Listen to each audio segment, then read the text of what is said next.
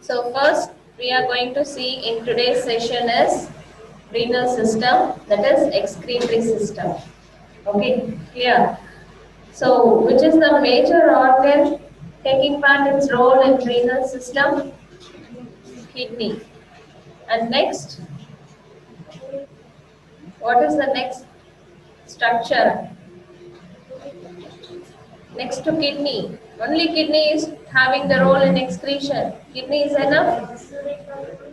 Ureter, urinary bladder, urethra. Okay, so this all includes the excretory system. So first we will see the structures involved in the renal system. You have the kidney. So you have kidney, and we have how many kidneys? Pair of kidneys on either side in the retroperitoneal region. There is no peritoneal covering for the kidney. So we call it as retroperitoneal organ. Okay. And then from the kidney you have a ureter. So this ureter is the one. So we have a pair of kidney, and then you have the ureter, which is getting the urine which is formed in the kidney to the urinary bladder. And from the urinary bladder, we have the urethra, where the process of voiding of urine is taking place. That process we call it as maturation.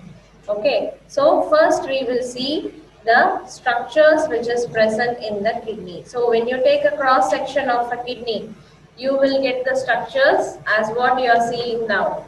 So you have the outermost part, which is the cortex, and the innermost segments you call them as medulla. Okay, so the outer cortex and inner medulla, and medulla plays a major role in functioning of the kidney. Okay, clear? So this medulla consists of multiples of triangle shaped structure. You call it as renal pyramids. So these are the renal pyramids. Okay. So in the pyramids you have the apex and the base. So the apex is present inwards and the base is towards the cortex. Okay, so this renal pyramids is the place where you have the functional unit of the kidney, which you call it as a nephron. Okay, so all the nephron will give its secretions in the apex of the pyramids.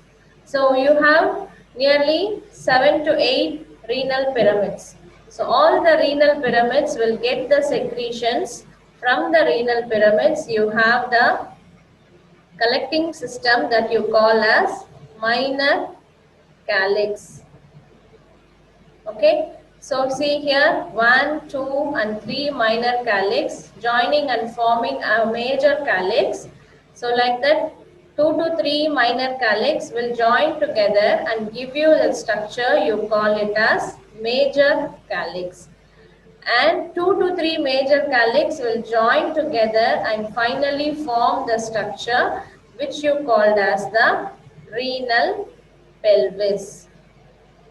So that is how the structure is organized over here. See over all the pyramids at the apex you have the minor calyx, and here 3 minor calyx joining and forming the major calyx. And then finally 2 or 3 major calyx will join and form the renal pelvis, which comes out through the hilum of the kidney. This kidney is a bean-shaped structure. Okay, so what is the anatomical location where the kidney is located with respect to the vertebral column? Anatomical position where the kidney is present. It is from T12 to L3. Okay, and when you see the organization, the right kidney is slightly lower than the left kidney. Why? Because in the right side you have the structures liver and the gallbladder. Because of the crowding of this position, the right kidney is slightly lower than the left kidney.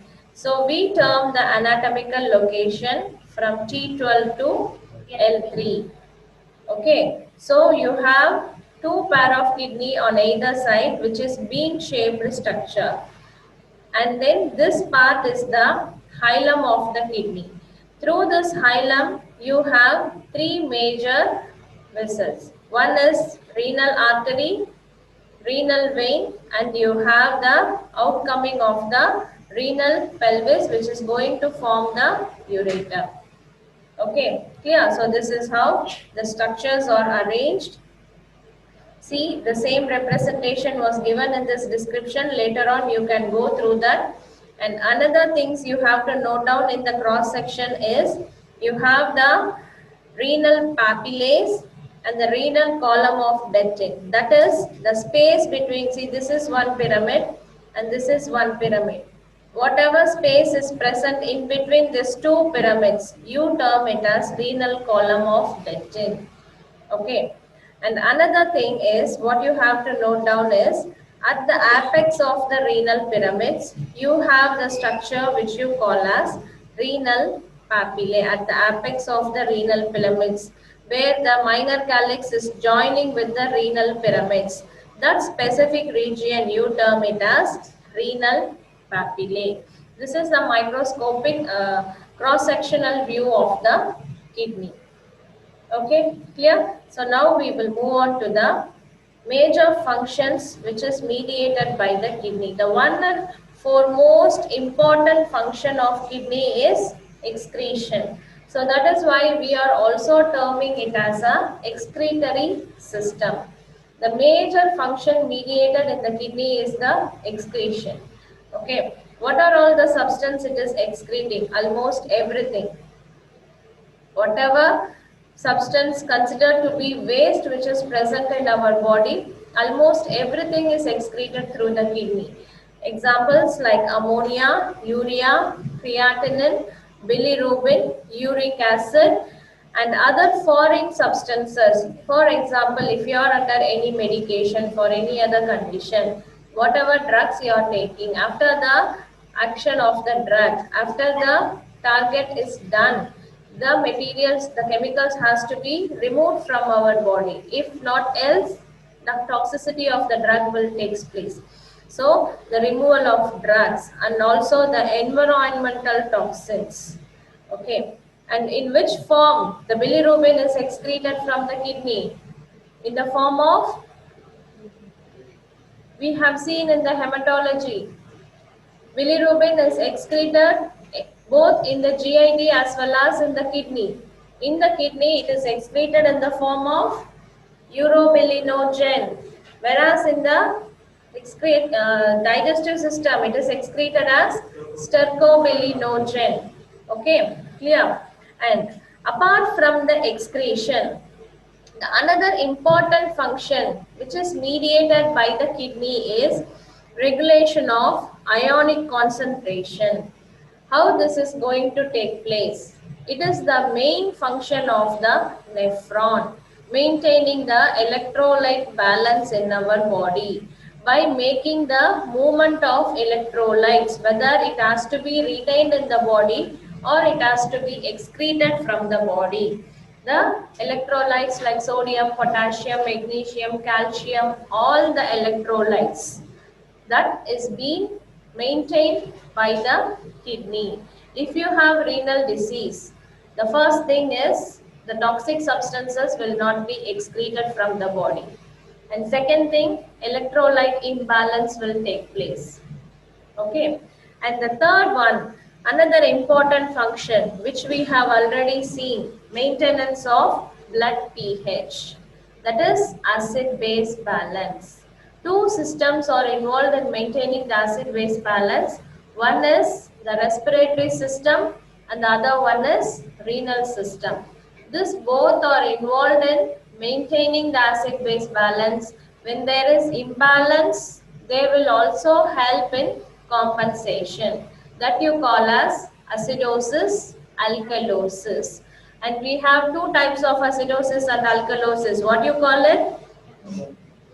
Whether it is metabolic or respiratory.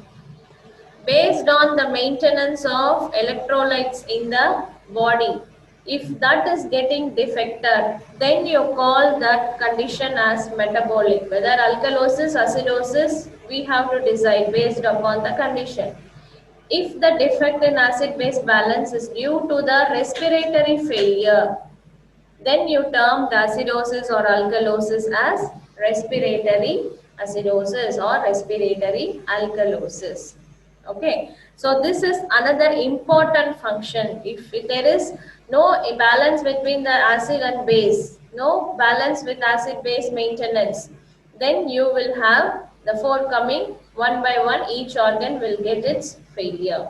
So, and the next thing, another most important thing, maintenance of blood volume. By maintaining the body fluid level, by maintaining the water level. And for maintenance of water, it will also need the interaction with the sodium. Water is not moving alone. It moves always with the sodium. So if there is electrolyte imbalance, it will also give the reflection with the body fluid imbalance, blood volume imbalance. That will be followed after that. Okay. And the fourth one is blood volume. This will have its reflection with the blood pressure also. Okay, and we have seen so much of discussions based upon this, how it is happening. And another important function we have seen in the cardiovascular system, maintenance of long-term regulation of blood pressure. With the help of a hormone, you call it as renin. It is synthesized from the kidney, which is going to do the RAS mechanism, renin-angiotensin-aldosterone system. So that is going to be the one of the most important regulatory mechanism in the cardiovascular system to maintain the blood pressure. For example, if a person is having uncontrolled increase in the blood pressure, it may be due to the renal failure or any other renal disease because of excessive of renal secretion. If the person is not having, and the next thing we will see is anemia. It is also due to renal disease. How? What is anemia? Decrease of RBC alone only, or decrease of hemoglobin percentage. Why anemia is related with the renal system? Anemia, we are telling the decrease in the cellular elements of the blood. In what way it is related to the renal system? I have just explained it. Erythropoietin. It is the, what is erythropoietin? Hormone required for what? For maturation of RBC, especially from reticulocyte to erythrocyte, the mature RBC, you want the hormone erythropoietin, which is synthesized from the kidney. Okay, so in all the way, we are just telling it is the excretory system, but it is not only doing the excretory function. And just excretion is not just an excretion. If the excretion is not taking place, then all the excretory materials will accumulate in our body, deposit in our body, and it will give its consequence, symptoms, signs, diseases, everything. Clear? So that is the another thing with the renin. Next is blood osmolarity. This will be together with the regulation of water, solutes, everything will play a role in maintaining the osmolarity of the blood. And at last, production of hormones. We have already seen renin, erythropoietin. And there is also another hormone called as calcitriol. What is the other name for calcitriol? What is calcitriol? Vitamin? Which vitamin? D. What is the function of vitamin D? The calcium will get deposits in its depository tissues like bone, teeth, and sarcotubular system, neural tubules, everywhere. that absorption of calcium from the intestine will take place only in the presence of vitamin D. That is why if you are giving the vitamin supplement or if you are giving calcium supplement, it will always come in combination with calcium calcitriol. If you see the vitamin capsules or the vitamin D specifically, or if you are giving calcium to a patient, mostly the calcium will not be alone in its molecular form. It will always be with calcium calcitriol, because even though if you give excessive of calcium, but if there is no vitamin D, it will just go to your digestive system, gets excreted, and the small intestine will not reabsorb.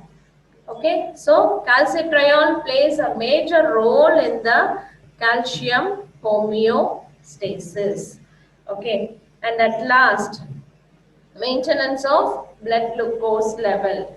That is by initiating gluconeogenesis. So these are the major functions mediated by the kidney.